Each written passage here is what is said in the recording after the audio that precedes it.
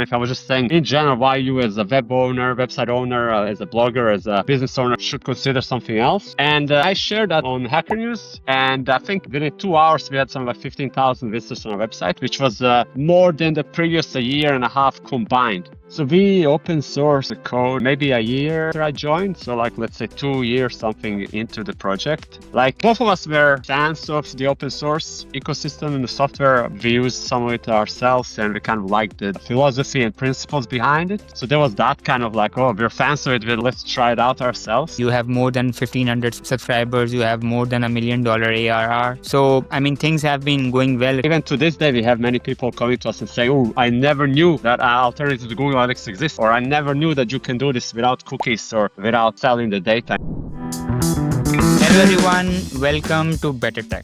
So today I have Marko with me. Hey Marko, how are you? Yeah, Steve, very well. Thanks for the invite. Thank you very much for being here. So Marko, before we really get started, can you give a quick introduction about yourself? Yes, so my name is Marko Saric. I'm the co-founder of Plausible Analytics. We are an alternative to Google Analytics, what you may be aware of, and we're the privacy first, simple to use, and lightweight alternative to that. Mm-hmm. So, and how's your journey been? I mean, how did you get started? Did you work somewhere else before starting this, or you have been always Yes. into founding companies? No, so How's the journey about?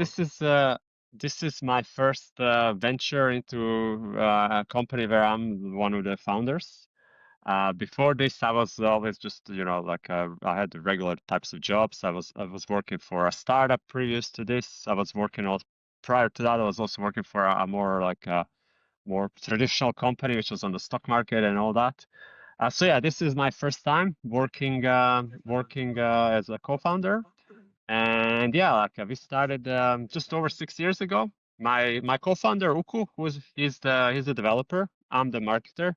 He Mm-hmm. started it alone. He started developing what turned out to be Plausible, and like 1 year and a half into it, he kind of got stuck in terms of growth, and he wanted to get some help. So he found me somehow, and he reached out to me with like a cold email, and then we started chatting, and here we are, 5 years down the line, six So, plus years into it with Plausible. right. So, in terms of line of business, why analytics? Yes, so basically Uku, as I mentioned, is the developer. He had the experience. Actually, he wrote a blog post about this, but he was working for a startup, and one of his tasks on his list was like, "Can you install Google Analytics for us?" And for some reason, that kind of got him into the like I'm not really happy with Google Analytics and everything they're tracking, and is there a better way?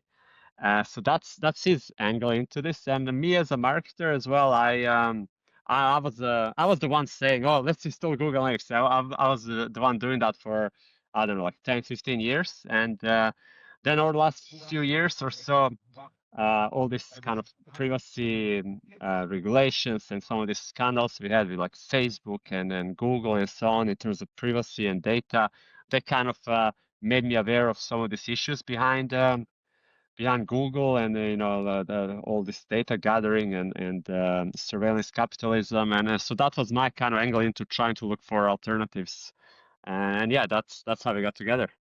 All right. So, and you have been bootstrapping since then, right? Yes, from start, yes. Bootstrap, no venture capitalism, no investors whatsoever. It's just us. So, why is that so? Were you sort of not given any offers, or you did not take it on purpose?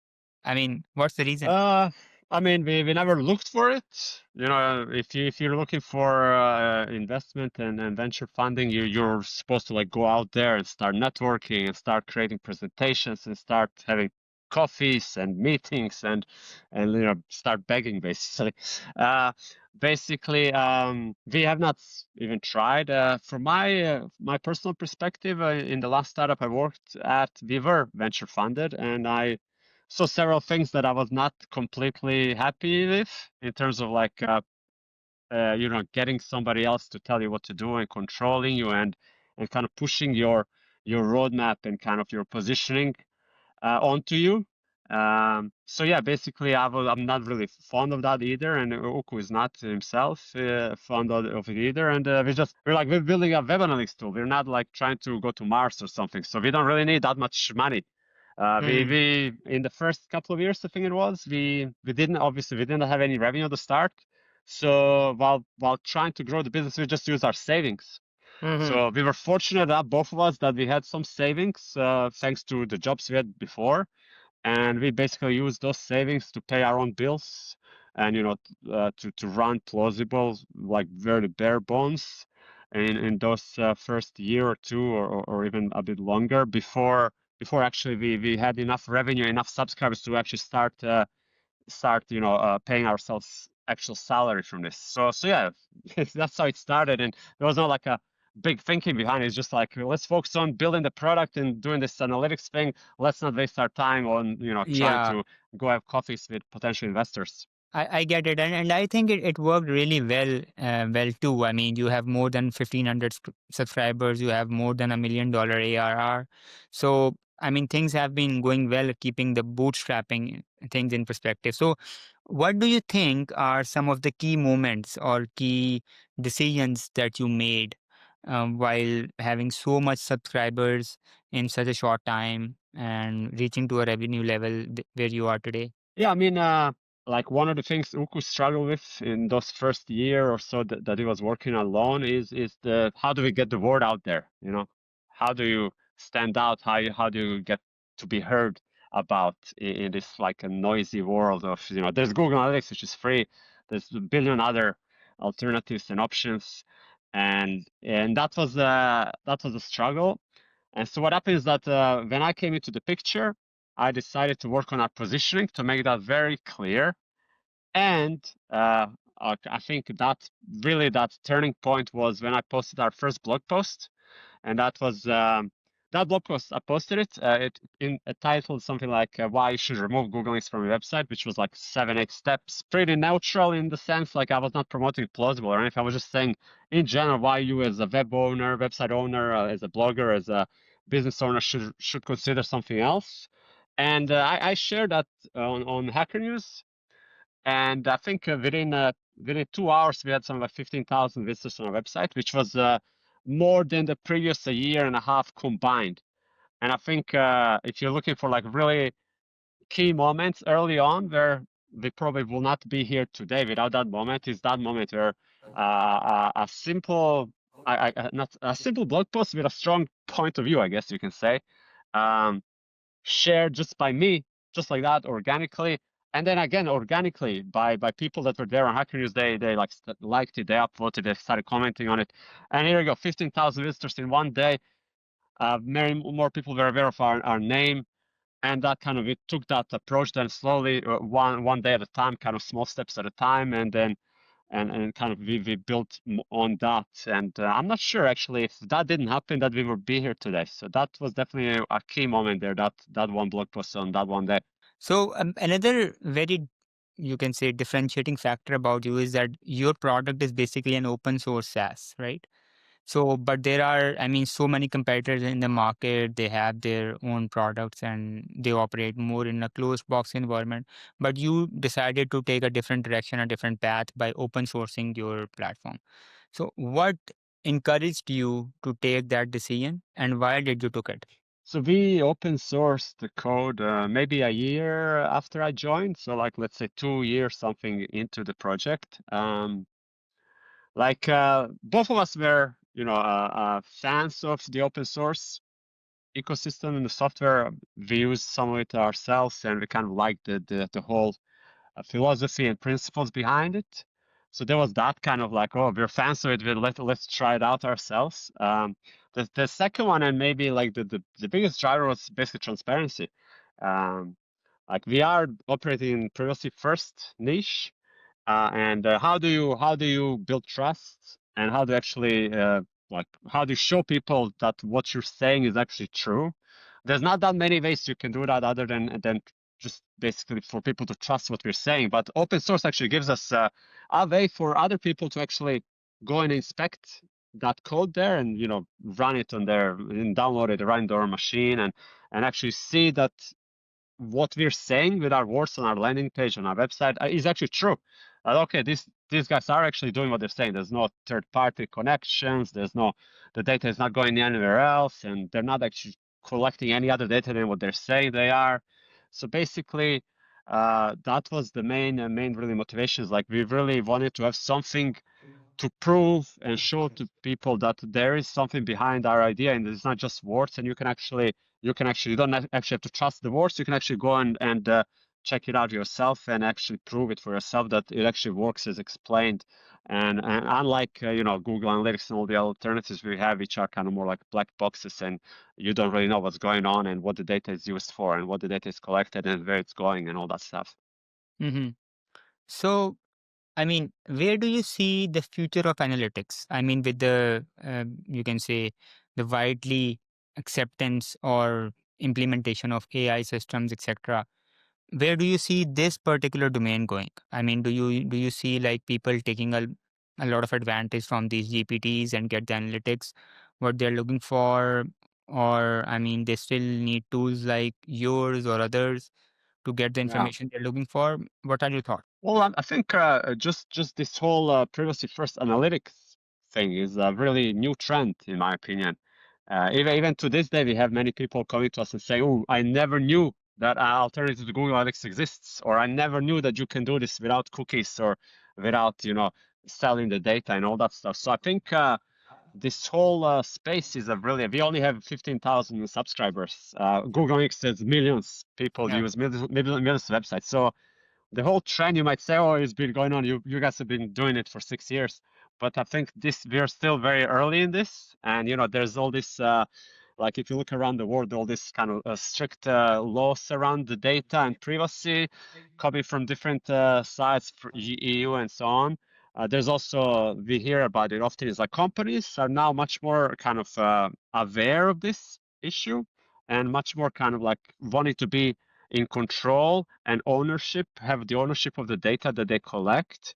So I really think we're very early in this trend alone, and I hope it will actually progress much more over the next few years to have even more people seriously consider this and start exploring these products because, like I said before, like Google Analytics is still the main thing. If you have a website, chances are you're running Google Analytics even in 2025, and chances are you have not even heard or tried any alternatives, not even privacy-friendly ones. So we're here to kind of continue this journey, continue pushing, kind of spreading the word out there to make this kind of growing trend more mainstream, or actually hopefully become mainstream for site and business owners. So that's my kind of hope. Yeah. So, I mean, turning the topic to a different direction. I mean, you started with the developer like a few years back, and now, I mean, you slowly grew your team from 2 to maybe 10 right now, right? So, Yeah.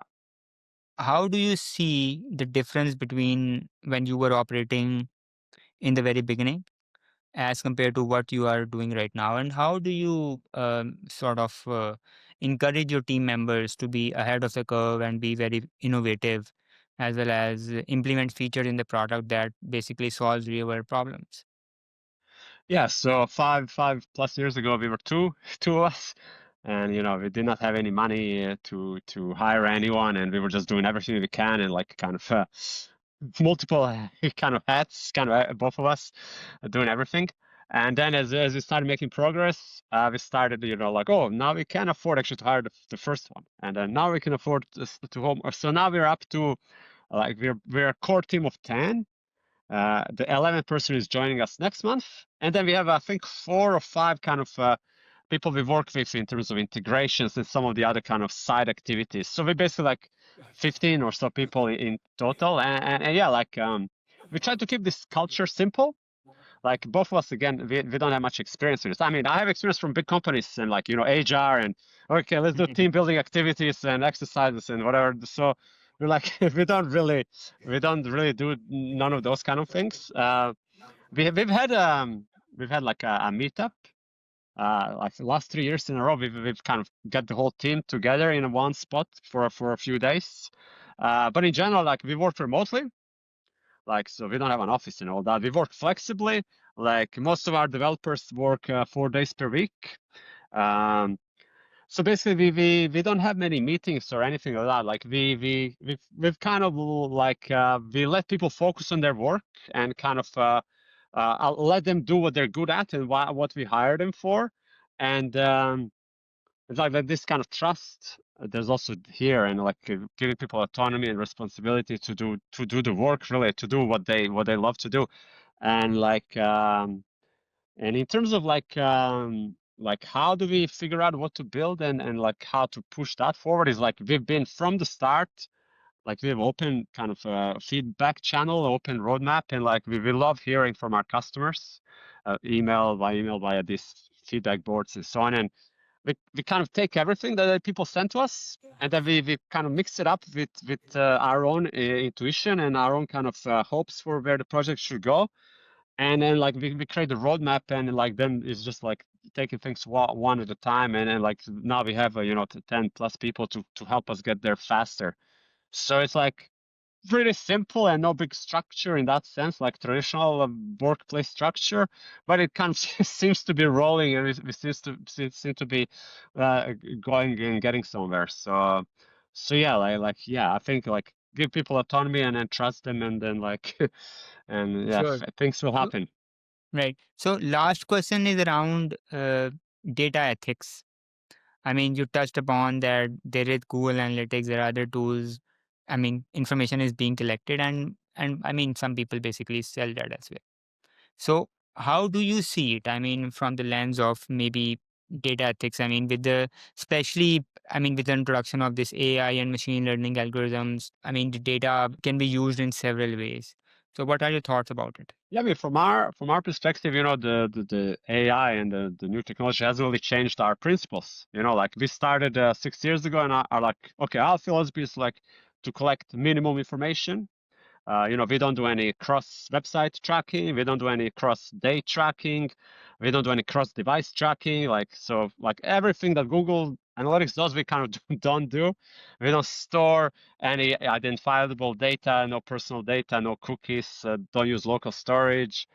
So basically, none of that has changed, no matter what new technology has come into place over the last few years, including the AI. So for us, like our line is very clear, and like we know what we want to do, what we don't want to do, and then all the technology that comes our way, it's like if it requires us to do something we don't want to do, we don't use it. So we just basically we use the technology for our purposes, for our benefit. We don't like allow the new technologies to change our philosophy and the way we think about this business and this whole market. So that's how I think about it. Is like there's something bigger here in the sense like why we're here, and yeah, whatever comes and kind of affects us can only do so if we allow it and if it kind of fits within what we believe in.